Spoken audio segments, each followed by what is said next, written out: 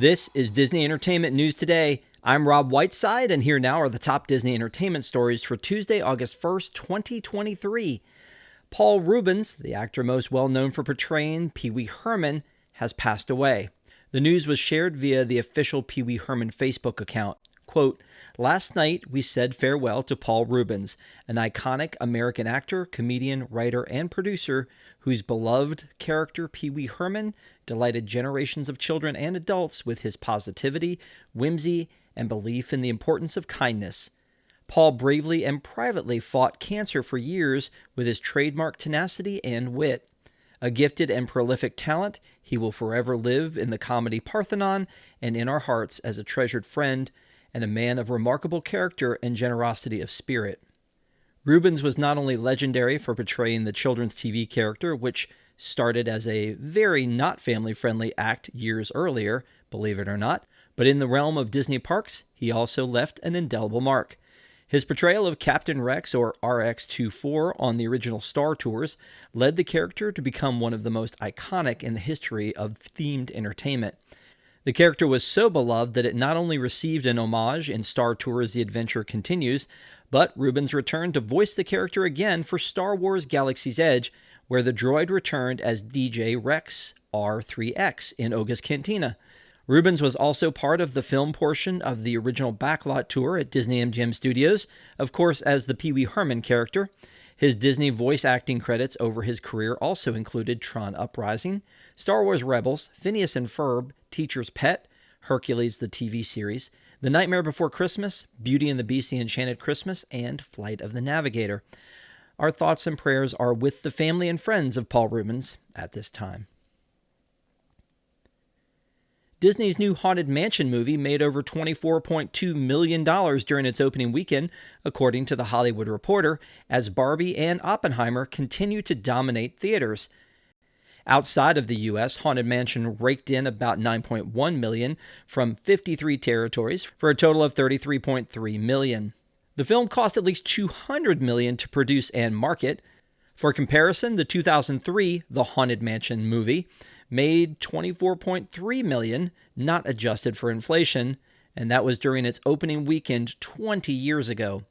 Moviegoing has changed since the onset of the COVID-19 pandemic, with many films making less than expected, but Haunted Mansion is particularly suffering for a few reasons.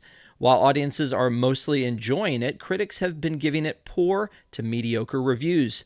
On Rotten Tomatoes, it has an 85% audience score versus a 41% thermometer. The SAG-AFTRA strike also began just days before the Disneyland Resort premiere of The Haunted Mansion. The premiere went on with fans and characters instead of the stars. The Haunted Mansion cast is full of big names like Lakeith Stanfield, Jamie Lee Curtis, Danny DeVito, Owen Wilson, and Rosario Dawson, but they didn't have much of a chance to promote the film before going on strike. Tony Chambers, Executive Vice President of Theatrical Distribution for Disney, told the New York Times, quote, "Not having the cast available definitely had an impact, especially with Barbie and Oppenheimer attracting so much attention. They're just behemoths."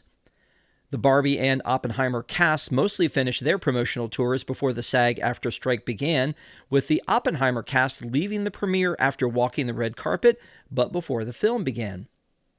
Chambers is hopeful that Haunted Mansion could still do well in the coming weeks without many other family films on the horizon.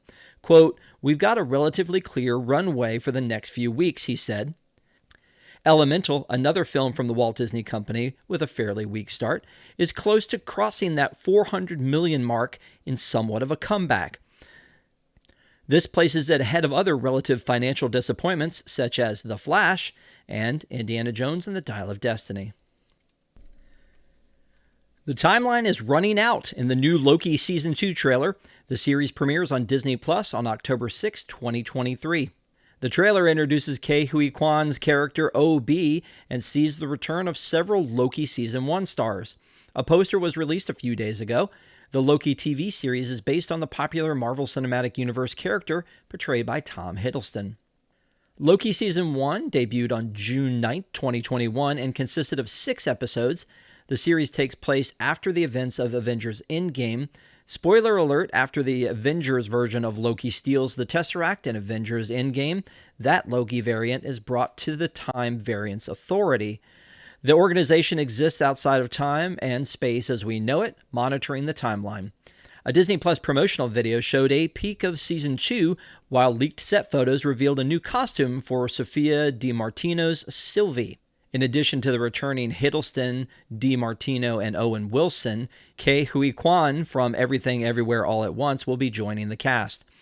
Exclusive footage was shown at the D23 Expo last year, but unavailable online. According to Empire magazine, the footage featured Loki back at the TVA and being pulled through time as he tries to warn everyone about Kang. Mobius and Hunter B-15 still don't recognize him. It will connect Marvel's ongoing multiverse saga. Donald Glover and his brother Stephen Glover have signed on to write Lucasfilm's long-awaited Lando series for Disney+, according to Variety. The series was first announced as in development as part of the 2020 Disney Investor Day. At that time, president of Lucasfilm Kathleen Kennedy shared that the series was being developed by the director of Disney's new Haunted Mansion film, Justin Simien. The role of Lando Calrissian was originated by Billy D. Williams in Star Wars The Empire Strikes Back and Star Wars Return of the Jedi, but Donald stepped into the role in 2018 with Ron Howard's Solo, a Star Wars story. The prequel film was a box office failure, a first for the Star Wars franchise. Director Ron Howard told NME in 2022 that there were no plans for a Solo sequel. Both Donald and Stephen Glover have previously worked together on Donald's critically acclaimed FX series Atlanta, as well as the series Swarm for Amazon Prime. Donald opened up back in April of this year about returning to the role, saying that he'd love to play Lando again. Quote, "It's a fun time being him. It just has to be the right way to do it." At this point, it seems that Simien is no longer attached to the project, as Variety was told that the Glover brothers would be handling the writing duties for the series alone. This news comes just days after Simien was quoted in the Direct about the status of the Lando series, where he said he has no idea what's going on with it. Kennedy said back in 2022 that scheduling was to blame for the series delay, acknowledging that Glover is, quote, "popular and very busy as a performer." Bryan Cranston delivered an impassioned speech earlier this week at a SAG-AFTRA strike rally in Times Square, which included a message directly addressed to CEO of the Walt Disney Company, Bob Iger, according to Variety.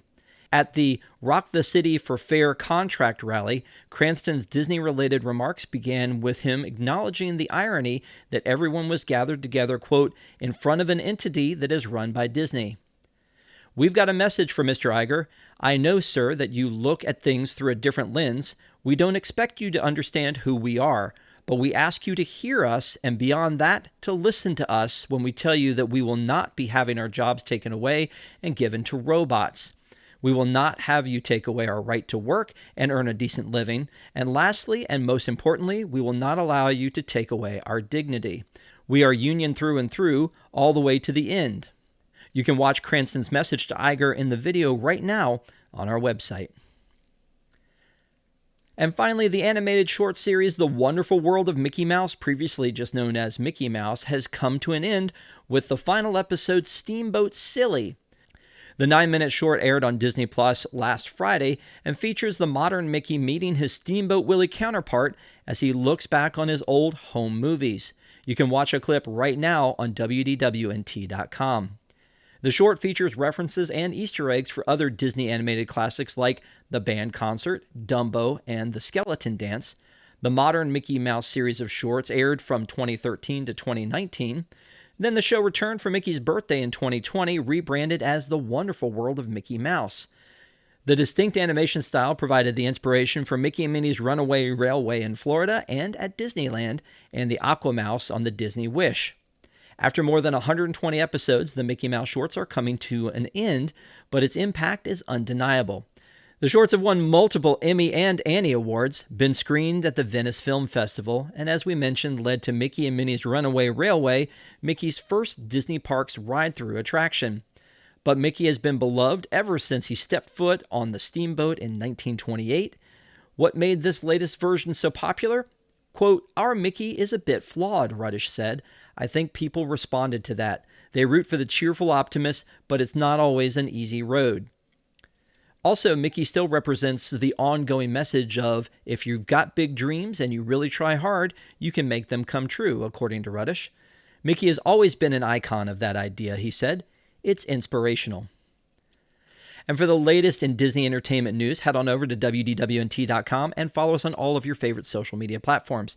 If you're enjoying this show, and we always hope you are, please be sure to like this video and subscribe to WDWNT TV on YouTube for more great content and click the bell for notifications. You can also hit select all notifications so you never miss an episode of the show.